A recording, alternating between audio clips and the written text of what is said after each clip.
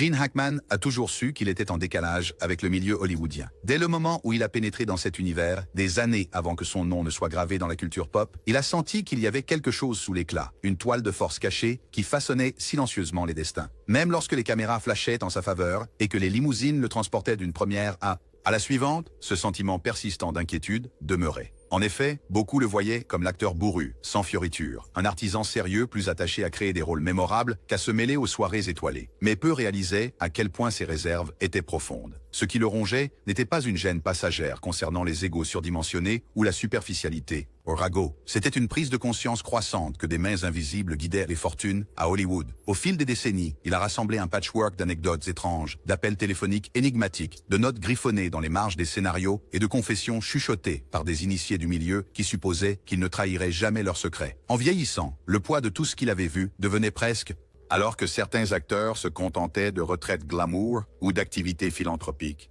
Hackman restait hanté par la connaissance que le système même dans lequel il avait prospéré était construit sur du sable mouvant, où l'exploitation, les jeux de pouvoir et les pots de vin se déroulaient derrière l'éclat des projecteurs Klieg. Tard dans la vie, avec le sentiment que le temps s'épuisait, il a commencé à se confier à des amis proches, laissant des messages cryptés et des journaux, et même en enregistrant secrètement des audios. Clint Eastwood était un nom qui occupait une place importante dans le récit personnel de Hackman. Impitoyable, le western qui avait lié leur destin à l'écran avait également infligé une blessure particulière à leur relation hors écran. Pour le public, ils étaient deux légendes respectées travaillant ensemble. À huis clos, les tensions, Hackman estimait que le style de mise en scène d'Eastwood était trop calculé. Chaque prise, chaque pause, chaque réaction précisément dictée avec peu de place pour la créativité propre de l'acteur. Certains trouvaient la technique d'Eastwood brillante, mais Hackman la percevait comme rigide et froide. Un ami proche a une fois rapporté que Hackman disait en privé « Il préfère aligner l'ombre parfaite dans le cadre, plutôt que de laisser un personnage respirer par lui-même ».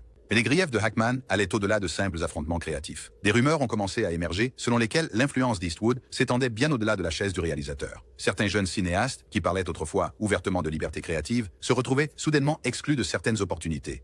Des projets qui avaient été autorisés ont été inexplicablement annulés. Des scénarios ont disparu des bureaux des agents. Les producteurs refusaient de retourner les appels. À voix basse, Hackman a confié à des proches de confiance qu'il croyait qu'Eastwood exerçait un contrôle de fer sur l'industrie. Un homme si emblématique de l'indépendance robuste d'Hollywood que peu osaient le remettre en question. Au fil du temps, Owen Uris. Au fil des années, Hackman devenait de plus en plus mal à l'aise. La robuste personnalité de cow-boy qu'Eastwood projetait dans les interviews et les apparitions publiques rendait trop facile pour les gens de rejeter toute accusation, comme farfelue. Eastwood avait gagné la confiance du public à travers des décennies de rôles emblématiques et d'éloges critiques. Suggérer qu'il était impliqué dans des jeux de pouvoir et des sabotages de carrière furtifs semblait impensable, presque insultant. Et pourtant, il soupçonnait que les plus grandes illusions à Hollywood n'étaient pas à l'écran, mais plutôt dans les salles de réunion et derrière les rideaux, où les accords étaient conclus au détriment des rêves artistiques. En parallèle, avec le puzzle Eastwood, il y avait Tom Cruise. Si Eastwood représentait une sorte d'autorité de la vieille garde dans l'industrie, Cruise était une superstar d'une génération différente, ouvrant la voie dans les succès du box-office et défendant la scientologie avec ferveur. Hackman l'observait de loin, refusant même de considérer des projets mettant en vedette Cruise's son nom. Lorsqu'on le pressait, Hackman rejetait le jeune acteur comme le prédicateur le plus dangereux d'Hollywood déguisé. Le problème n'était pas simplement que Cruise prônait un ensemble de croyances particulières. Hackman craignait le réseau intangible derrière.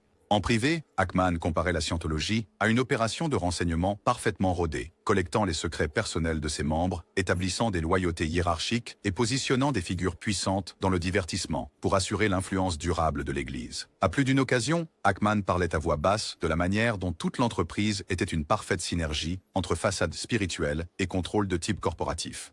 Comme Hackman l'a dit une fois à un ami, tu ne réalises pas ce qu'est la vraie peur, jusqu'à ce que tu reçoives des appels te disant de faire attention, de la part de gens qui ne donnent jamais leur nom. Bien que Hackman n'ait jamais critiqué Cruise publiquement, il laissait entendre que le jeune acteur agissait comme un agent en première ligne. Cruise était l'exemple brillant de l'Église, une icône mondiale dont la loyauté encourageait les autres à suivre. Ceux qui défiaient la scientologie ou remise en question ses pratiques, risquait des répercussions professionnelles, qu'il s'agisse d'un projet abruptement abandonné ou d'une star perdant soudainement le soutien des grands studios. Pour Hackman, le problème crucial était la fusion de la doctrine spirituelle avec la machine à fabriquer des stars d'Hollywood, créant un environnement où l'intimidation silencieuse semblait presque, dans une de ses dernières conversations enregistrées, plus tard découvertes dans des transcriptions partielles, Hackman faisait allusion à des appels téléphoniques reçus tard dans la nuit, l'appelant ne s'identifiant jamais, mais délivrant toujours le même message effrayant. Rappel, Hollywood écoute chaque mot. Après des mois de tels appels, Ackman s'est retiré davantage des feux de la rampe de l'industrie, convaincu que ses avertissements étaient enracinés dans ce vaste réseau caché dont Cruise était l'emblème. À un certain moment, il devint plus confortable de disparaître de la vie publique que de continuer à jouer un jeu où les enjeux pour exprimer son opinion pouvaient être la destruction professionnelle, ou pire.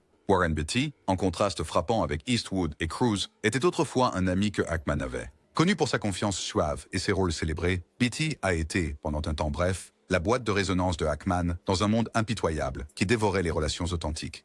Il semblait se compléter. Ackman était l'acteur sans fioriture, avec une intensité à l'écran que les critiques adoraient. Beatty, la sensation charmante qui pouvait naviguer dans le labyrinthe social de Hollywood avec une aisance naturelle. Mais un échange entendu lors d'une cérémonie de remise de prix très médiatisée a révélé une dimension de Beatty que Ackman trouvait répugnante. Caché derrière un lourd rideau, Beatty se tenait avec deux hommes en costume noir, discutant d'une affaire délicate impliquant un scandale récemment apparu. Ackman a saisi juste assez de détails pour comprendre que quelqu'un accusait une star éminente de mauvaise conduite lors d'une audition privée, au lieu d'exprimer de la surprise ou même une indignation morale. Rage. Beatty a simplement proposé de régler ça discrètement. Aux oreilles de Ackman, cette phrase avait un poids glaçant. Dans un monde déjà vibrant de pots de vin et d'accords de silence, Beatty n'était pas seulement un acteur ou directeur, il était un facilitateur de subterfuge. Après cette nuit, la confiance de Ackman en Beatty s'est dissipée. Il ne pouvait plus le voir comme un ami qui était juste un peu rusé. Il le considérait maintenant comme un orchestrateur astucieux dans un sombre écosystème de dissimulation.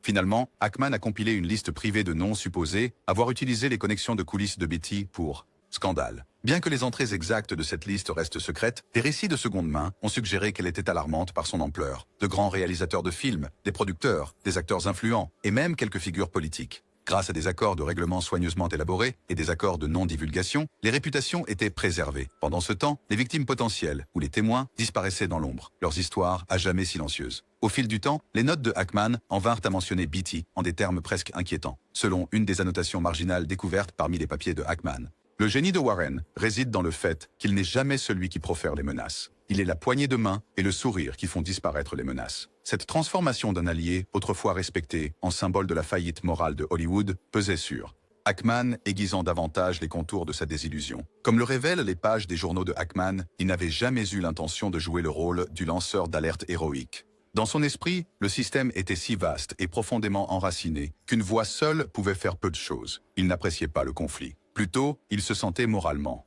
Les véritables tragédies n'étaient pas seulement les accords de silence ou les accusations de mauvaise conduite éclipsées. C'était la vérité dévorante que tant de personnes à Hollywood avaient discrètement approuvé ces distorsions pendant des décennies. La réputation, la publicité et les performances au box-office importaient plus que la responsabilité morale. Du point de vue de ces années ultérieures, Ackman a vu que la simplicité émanait des fondations les plus anciennes de l'appareil de création de stars d'Hollywood. Aucune star, aucun producteur, aucun réalisateur, a-t-il réalisé, n'était à l'abri de l'attraction gravitationnelle de la machine. L'influence contrôlante d'Eastwood, le domaine religieux de Cruise, les tactiques de négociation discrètes de Beatty, tous étaient des rouages dans un mécanisme plus grand qui exigeait une loyauté aveugle. Les mémoires contrariées de Brando, le conseil consultatif fantôme supposé, le réparateur sans visage, chacun était un autre domino, dans un labyrinthe, qui prospérait sur les illusions, et mettait à l'épreuve la fibre morale de tous ceux qui osaient rêver dans la cité des anges. De plus en plus reclus, Ackman a passé ces derniers mois à revisiter de vieux souvenirs, des photos de plateau où il s'était autrefois senti comme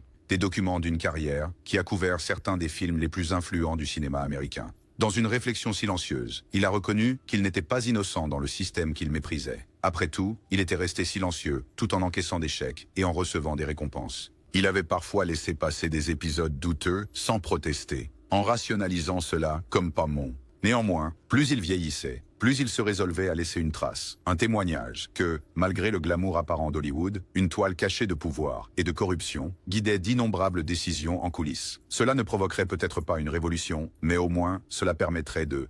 Lors d'une de ses dernières interviews réalisées discrètement avec un journaliste en herbe qui adorait son travail dans French Connection, Ackman était calme et introspectif. Interrogé sur ses moments de plus grande fierté, il a esquivé les réponses typiques sur les victoires aux Oscars ou les icônes. Au lieu de cela, il parla en termes vagues mais puissants de la façon dont les plus grandes batailles qu'un acteur pourrait affronter ne se déroulent pas à l'écran, mais dans la salle de réunion, les salles de réunion et les rassemblements secrets. Il a dit que le vrai défi était de maintenir un sens de l'humanité dans un environnement obsédé par l'apparence et le levier. Il a offert une remarque énigmatique. Nous en sommes venus à croire que les histoires appartiennent à l'écran, qu'elles commencent et finissent par le rire. La véritable histoire est celle qui ne se raconte jamais, comment le succès se construit sur des silences et des illusions. Le journaliste a essayé d'obtenir des détails, mais Ackman s'est soudainement retiré, s'excusant. « Si vous saviez ce que je sais, dit-il doucement. Tranquillement, je ne suis pas sûr que vous voudriez rester dans ce métier. » Ces mots résumaient le chagrin d'un réformateur qui avait bâti un héritage extraordinaire sous un système qui, selon lui, était fondamentalement brisé. Dans les jours suivants, Ackman a permis aux journalistes un seul suivi. Des sources anonymes disent que Ackman a révélé des fragments de ces luttes silencieuses, star après star, dont les véritables combats étaient larges. Des accords qui garantissaient des chèques de paiement de millions de dollars au détriment de l'intégrité personnelle et des arrangements de silence qui laissaient les victimes sans recours. L'interview n'a jamais été entièrement publiée. Des déclarations officielles ont affirmé que des décisions éditoriales en étaient responsables. Mais la rumeur disait que des forces invisibles étaient à nouveau intervenues. Dans les jours qui ont suivi immédiatement la mort de Ackman, l'effraction à son domicile a été réalisée avec une telle habileté que la police n'a trouvé aucun indice définitif pour identifier un suspect coupable. Pourtant, les objets manquants étaient étonnamment spécifiques. Cassettes audio, cahiers contenant des références à Eastwood, Cruise, Beatty, Brando et le fameux fixeur. Des photographies sur lesquelles Ackman avait griffonné des observations au dos étaient également. Les membres de la famille ont inspecté le reste de la propriété, remarquant que tout le reste de valeur, comme les bijoux, l'électronique, les souvenirs de films coûteux, restait intact. Ce n'est qu'en y réfléchissant que l'ampleur de ce vol est devenue évidente. C'était comme si les intrus fouillaient chaque trace des soupçons plus profonds de Ackman, décidés à ne laisser aucune preuve derrière eux. La plus grande question était de savoir qui l'avait orchestré. Certains murmuraient que c'était la grande machine hollywoodienne, se mobilisant pour protéger ses principaux acteurs. D'autres croyaient qu'une seule figure influente, quelqu'un que Ackman avait involontairement agacé, avait mobilisé des forces privées pour désinfecter la propriété du défunt acteur. D'autres encore évoquaient la possibilité que le réseau de scientologie ou le comité consultatif supposé ait pu s'impliquer. Aucune de ces informations n'a pu être confirmée, et aucune enquête officielle n'a mené à des progrès significatifs. Les amis proches et les proches ont raconté les dernières semaines de Ackman avec tristesse. Ils se souvenaient d'un homme qui, malgré toute sa mélancolie, s'accrochait encore à l'espoir que la vérité pourrait lui survivre. Il avait confié des fragments de son histoire à plusieurs personnes, les exhortant à protéger ses connaissances au cas où quelque chose arriverait. Bien que la majorité des preuves tangibles aient disparu de son coffre-fort, des rumeurs disent que quelques pièces cruciales, des renseignements, des copies de journaux intimes, des transcriptions de conversations enregistrées ont été glissés dans des coffres-forts ou remis à des confidents en dehors de Los Angeles. Si ces documents verront un jour la lumière du jour, nul ne le sait. Au fil des mois, un silence étrange tombait sur l'industrie chaque fois que le nom de Ackman était mentionné lors de réunions privées. La presse l'a loué comme un virtuose du jeu d'acteur, saluant sa polyvalence et lui décernant des distinctions posthumes. Les hommages élogieux le décrivaient comme un professionnel intense et dévoué qui n'a jamais recherché la controverse. Mais en coulisses, un soupir collectif de soulagement semblait se propager à travers certains. Avec le départ de Ackman, l'un des derniers gardiens de tant d'histoires cachées n'était plus capable de parler. Pourtant, une poignée d'esprits curieux, jeunes réalisateurs, journalistes et historiens du cinéma, s'intéressèrent au plus spécifiquement l'héritage de Ackman. Ils ont rassemblé des témoignages de barmen, de producteurs à la retraite, d'assistants costumiers et de toute autre personne ayant croisé l'acteur vétéran dans ses années crépusculaires. Fil par fil, ils ont trouvé juste assez de cohérence pour empêcher les confessions plus sombres de Ackman de sombrer dans le domaine de la simple conspiration. Bien qu'ils n'aient pas de preuves définitives, ils ont découvert des références répétées à des soirées clandestines, des paiements secrets et une dynamique de pouvoir en coulisses, s'étendant des bureaux des grands studios jusqu'aux salles de conseil des géants financiers qui ont financé l'expansion d'Hollywood. L'histoire de Ackman est ensuite devenue une sorte de légende chuchotée parmi ceux qui osaient découvrir les couches. Certains étudiants en cinéma ont écrit des thèses sur les hiérarchies cachées d'Hollywood, utilisant les bribes de la perspective de Ackman comme point de départ. Les forums en ligne occasionnels ont fait circuler des rumeurs persistantes, selon lesquelles un jour, les véritables dossiers Ackman émerger, peut être découvert dans une archive ou laissé comme un puzzle pour que les générations futures le déchiffrent. Les sceptiques raillaient ces affirmations comme des sottises crédules, soutenant qu'il n'y avait aucun moyen que les figures les plus puissantes de l'industrie puissent conspirer collectivement aussi longtemps sans fuite substantielle. Les croyants rétorquaient que toute l'histoire d'Hollywood était parsemée d'instances de manipulation astucieuses. Pourquoi cela serait-il différent? En fin de compte, la position finale de Gene Hackman n'était pas celle d'un conventionnel héros. C'était un observateur, un homme dont le parcours s'étendait sur des décennies et qui a vu plus qu'il ne l'aurait jamais voulu. Bien qu'il ait fait carrière en interprétant des rôles complexes à l'écran, sa véritable complexité résidait dans le choix de sa manière de vivre dans un système qu'il jugeait moralement complexe. Au fil des ans, il a gagné suffisamment pour vivre confortablement. Il a joué dans des classiques qui ont honoré d'innombrables salles de cinéma et il a récolté l'admiration de ses pairs et de ses fans. Mais cela n'effaçait pas l'inquiétude qu'il portait, le pincement de regret de ne pas s'être manifesté plus tôt et plus. Dans ses dernières notes, censées avoir été écrites d'une main tremblante, Ackman a exprimé sa tristesse de ne pas avoir été plus courageux. Il a admis qu'il était resté silencieux à des moments critiques, laissant des allusions sans réponse, en partie par peur et en partie par pragmatisme. « Je les ai laissés continuer à faire tourner l'histoire », a-t-il rapporté. Il a écrit « parce que je n'étais pas prêt à assumer les conséquences ». Il a reconnu que le prix d'une confrontation directe à Hollywood pouvait être dévastateur, avec des risques de mise sur liste noire, d'assassinat de caractère, voire de menaces vagues contre sa sécurité. Pour Ackman, le même environnement qu'il avait propulsé au rang de star, était également un champ de mine. Pourtant, il insufflait aussi une petite étincelle d'espoir dans ses griffonnages. Il suggérait que si le système pouvait manipuler le présent, il ne pouvait pas retenir la vérité. Pour toujours. Les générations futures, avec de nouvelles plateformes médiatiques et des attitudes sociales changeantes, pourraient commencer à poser les questions qu'il avait longtemps eu peur de poser. En effet, la lente transformation sociale, où les victimes finissent par trouver leur voie et où des figures puissantes sont parfois renversées, offrait une faible lueur de. Alors que l'industrie poursuivait son chemin, les avant-premières glamour et les remises de prix continuaient sans relâche. Clint Eastwood réalisa davantage de films, généralement appréciés par les fans et les critiques. Tom Cruise apparut dans des superproductions qui engrangeaient des profits colossaux à travers le monde, partout dans le monde. Warren Beatty revenait occasionnellement sous les projecteurs pour promouvoir de nouveaux projets ou des rééditions de ses classiques. La légende de Marlon Brando restait inébranlable dans les rétrospectives cinématographiques. Tout semble comme d'habitude, les secrets connus ne dépassant jamais des murmures discrets ou des rumeurs en ligne à moitié formées. Pourtant, dans les recoins plus tranquilles d'Hollywood, surtout parmi ceux qui avaient entendu les histoires de Ackman de première main, il y avait un sentiment qu'un rideau crucial avait été levé, du moins pour le moment. Pendant un moment, ce qui aurait pu se passer si Ackman avait vécu une autre décennie et trouvé une plateforme pour exprimer ses révélations est une question ouverte. Certains soupçonnent que les mêmes pouvoirs qui ont vidé son coffre après sa mort seraient intervenus bien plus tôt. D'autres soutiennent que son âge avancé le rendait moins menaçant. Il n'était plus une grande attraction du box-office, ni une star qui faisait la une des journaux chaque jour. Néanmoins, la simple possibilité que Ackman ait pu organiser une grande révélation suffisait à ébranler une multitude d'individus influents. C'est peut-être pourquoi, au final, les cassettes et les journaux devaient être retirés de la circulation sans insénat. C'est pas un menu ici. À la fin, l'héritage de Ackman réside à la fois dans les films qu'il a laissés derrière lui et dans l'écho intangible de ses tentatives de révéler la réalité sans phare qu'il avait observée. Pour beaucoup, il est encore mieux connu comme l'acteur inébranlable qui a ancré des classiques comme The French Connection et Undercover. Pardonné, tandis que pour d'autres, la mention de son nom évoque des rumeurs cryptiques du Hollywood le plus sombre. Aucune des perspectives n'est entièrement fausse. Les deux font partie d'une tapisserie plus grande que Ackman lui-même, a un jour décrite comme la différence entre le clinquant que nous voyons de loin et le ternissement qui s'insinue. Et ainsi le monde continue, célébrant des icônes et des légendes, les couvrant d'éloges et de gros titres de journaux. Les colonnes de potins produisent des histoires sans fin, certaines sensationnalisées, d'autres trivialement divertissantes. Pourtant, en dessous de tout cela, les graines plantées par les observations privées de Gene Hackman se cachent toujours en arrière-plan, prêtes à germer dès que quelqu'un ose les arroser de curiosité. Peut-être que c'était, en fin de compte, le dernier cadeau d'adieu de Hackman.